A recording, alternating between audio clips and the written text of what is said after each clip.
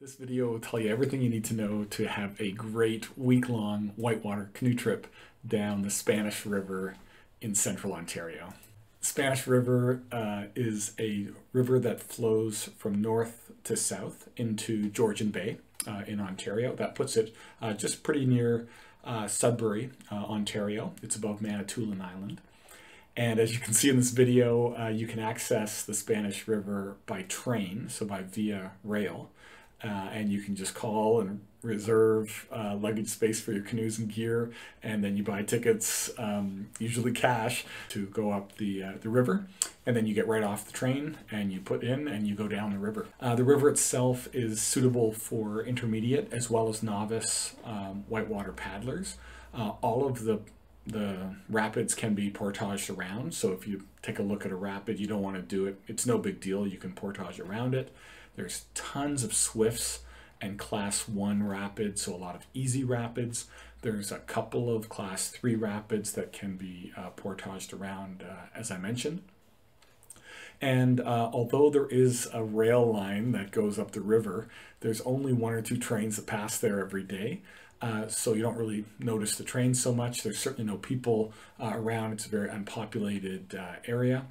And there's great wildlife spotting as a result, so it's a great trip for that. There's also really spectacular fishing on the Spanish River, and a lot of people go there to cast their lines. At the bottom of the river is this great section called the Royal Ride, which is just kilometers of continuous swifts.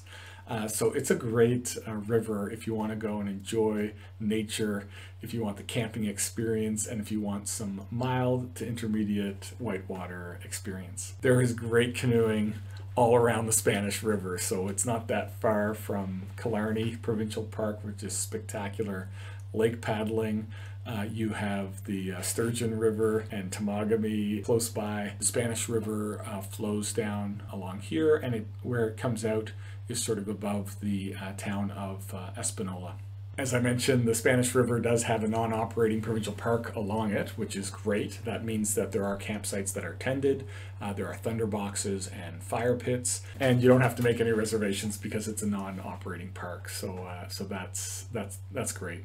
If you look at a map here, you can see basically this map shows the rail access points. So there's a rail station at Cartierville here, and then you can take the train up the river, and basically you can be dropped off at any of these places. You can go all the way up to Bigotasing, so that would be probably a 2-week trip, or you can put in at Sinker Creek for a good 5-6 day trip. You can also put in lower down. There's a great campsite at the Forks right on the island there, but it's so close to the train line that you might be woken up in the middle of the night by a thundering train going by and think you were camping under a overpass in Jersey City. But other than that, you don't really mind the train too much. And there is a takeout at the elbow there, just close to Fox Lake. So you could put in for a shorter trip if you want. But what you really ought to do is, I would say, for a week, put in at Sinker Creek, take your time, come down, and then you can take out at Agnew Lake Lodge at the bottom.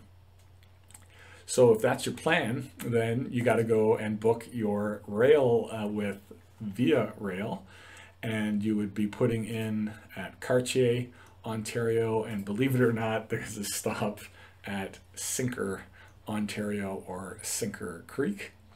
Here's the schedule, so you can see here that if you do put in at Cartier around 10 to 10 in the morning, you'll be arriving at Sinker Creek just before 11 o'clock. So just over an hour train ride up the valley. It's a beautiful train ride, and then you would put in from there. Once you do get on the water, you're definitely going to want to have this. This is the adventure map from Chrismar for the Spanish River. It's built for paddlers. It's got all the indications for the portages as well as for the rapids. There's a couple of outfitters that you should consider. One is Spanish River Outfitters, and they have guided trips that you can take, but they will also just shuttle you and your gear. They'll also rent you canoes or any other gear that you need. So pretty much a full service outfitter, great people. And then through them, or just otherwise, you could actually stay at Fox Lake Lodge Good place to stay the night before. If you just want to get organized and get yourself to the train station, and they'll take care of all that shuttling. And another one that you should consider is Agnew Lake Lodge, and they're, as I said, based right at the takeout at Agnew Lake, so that's really convenient. So you can stay there at the end and meet your vehicles there. So I hope you found this useful, and I hope that you will consider a trip down the Spanish River in Ontario. And if you do, I hope to see you out there.